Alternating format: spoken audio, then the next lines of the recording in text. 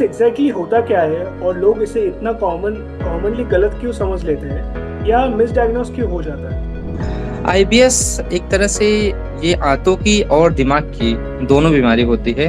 IBS का मतलब होता है, फुल फॉर्म होता है इरिटेबल बॉवेल सिंड्रोम। इसका मतलब होता है कि एक कांस्टेंट इरिटेशन है जो पूरे गट को, मतलब इंटेस्टाइन को, छोटी आंत को, बड़ी आंत को पूरे टाइम परसिस्टेंट कर होता रहता है, जिसकी वजह से पेशेंट को सिम्टम आते हैं। सिम्टम ऐसे हो सकते हैं कि पेशेंट को बहुत गैस बनना, पेट फूलना, कच्ची डकारें आना, लूज मोशन होने, कॉन्स्टिपेशन होना या फिर एब्डोमिनल पेन, इस तरह के सिम्टम हो सकते हैं। आईबीएस के शुरुआती साइंस और सिम्टम्स कौन से होते हैं जिन्हें लोग अक्सर सिर्फ सेंसिटिव स्टमक या नॉर्मल डाइजेशन प्रॉब्लम समझकर इग्नोर कर देते हैं? पेशेंट होगा, वो बोलेगा सर मेरे को बिल्कुल भूख नहीं लग रही है, मेरा वजन कम होना स्टार्ट हो गया है, मेरा खून भी कम होने लगा है, या इस तरह के अगर सिम्टम आते हैं तो ये एक अलार्मिंग साइन होता है जब आपको आईबीएस के आगे कोई और ऐसी सीरियस बीमारी है जिसके बारे में सोचना है। क्यों? क्योंकि आईबीएस एक ऐसी बीमारी है जो कि ज्यादातर स्ट्रेस रिलेटेड, गट मोटिलिटी से रिलेटेड डिसऑर्डर होता है। अगर आप स्ट्रेस को कंट्रोल करते हैं और अपने डाइट को, एक्सरसाइज को फॉलो करते हैं तो इसमें मोर्टेलिटी नहीं होती। स्ट्रेस और एंजाइटी से सच में आईबीएस होता है या आईबीएस की वजह से स्ट्रेस और एंजाइटी बढ़ती है? दोनों में पहले क्या आता है? जनरली आईबीएस की स्टार्टिंग होता है एक स्ट्रेसर से।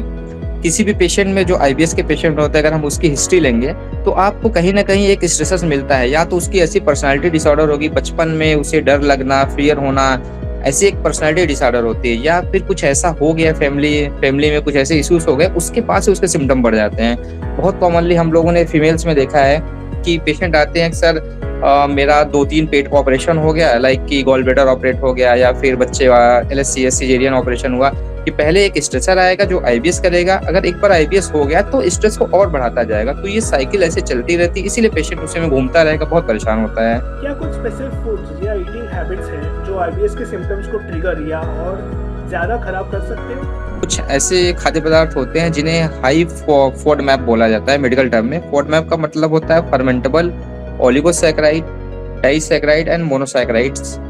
ठीक है, तो मोटे मोटे लैंग्वेज में इसको अगर ऐसे समझा जाए तो जिन वेजिटेबल्स में शुगर वाली चीजें होती हैं, जिन फ्रूट्स में शुगर वाली चीजें होती हैं, लाइक कि जैसे एप्पल हो गया, उसमें भी ठीक ठाक शुगर होता है।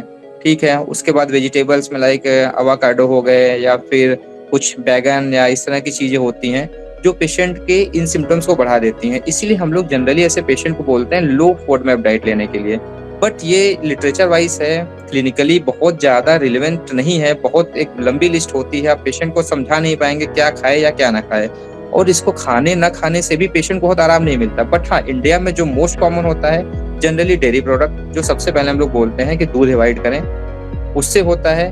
और उसके बाद मैदे वाली चीजें या तेल मसाला चिकने वाली चीजें, इन चीजों से आईबीएस के सिम्टम बहुत बढ़ जाते हैं। देखिए, आईबीएस एक्चुअली कॉमनली ऐसा देखा जाता है कि मोर कॉमन इन फीमेल्स, जो पहले पढ़ा जाता था कि फीमेल्स में ज्यादा कॉमन होता है at compare to the male, वो भी यंग एज फीमेल्स में। किन लोगों में आईबीएस होने का रिस्क ज्यादा होता है? क्या कोई टिपिकल पेशेंट प्रोफाइल या एज ग्रुप है जो इससे ज्यादा इफेक्ट होता है? अराउंड 50% ही मेल फीमेल होते हैं। और हाँ, जो यंग एज फीमेल होते हैं या यंग एज मेल होते हैं, उसमें आईबीएस के सिम्टम ज्यादा हैं। Young age means around 30 to 50 के बीच को अगर ऐसा माना जाए। बट अभी रिसेंटली हम लोगों ने देखना स्टार्ट किया है कि जो 15 साल 14 साल इस एज ग्रुप के बच्चे हैं, जो एडोलसेंट एज ग्रुप वाले बच्चे हैं, उनमें भी आईबीएस के सिम्टम बहुत कॉमनली आ रहे हैं। क्या आईबीएस को कम्प्लीटली क्योर किया जा सकता है या फिर पेशेंट्स को इसे लाइफ टाइम मैनेज करना पड़ता है? आईबीएस क्योर तो करना, मतलब कहना बहुत मुश्किल है। ऐसा नहीं है, लोगों का सिम्टम कंट्रोल हो जाता है। कुछ दिन मेडिकेशन चलते हैं, उन्हें डाइट एक्सरसाइज फॉलो करने को हम लोग बोलते हैं। बहुत सारे पेशेंट को हम लोगों ने देखा है कि 6 महीने साल भर दवाइयाँ चलती हैं, उसके बाद सारी दवाइयाँ बंद हो जाती हैं, वो लाइफ लॉन्ग एसिम्प्टोमेटिक रहते हैं। बट हाँ, उनमें कभी भी स्ट्रेसेस बढ़ते हैं, कोई ऐसे फैक्टर आते हैं तो जिसकी वजह से सिम्टम फिर से बढ़ सकते हैं। तो काइंड ऑफ क्योर बोला जाए कि कुछ ऐसी मेडिसिन है जिससे जड़ से खत्म हो जाता है, तो ऐसा तो बहुत मुश्किल है। किसी इंसान को होम रेमेडीज या सेल्फ मैनेजमेंट छोड़कर गैस्ट्रोएंटरोलॉजिस्ट से कंसल्ट करना चाहिए अगर उन्हें बार बार गट रिलेटेड कंप्लेंट्स हो रही है?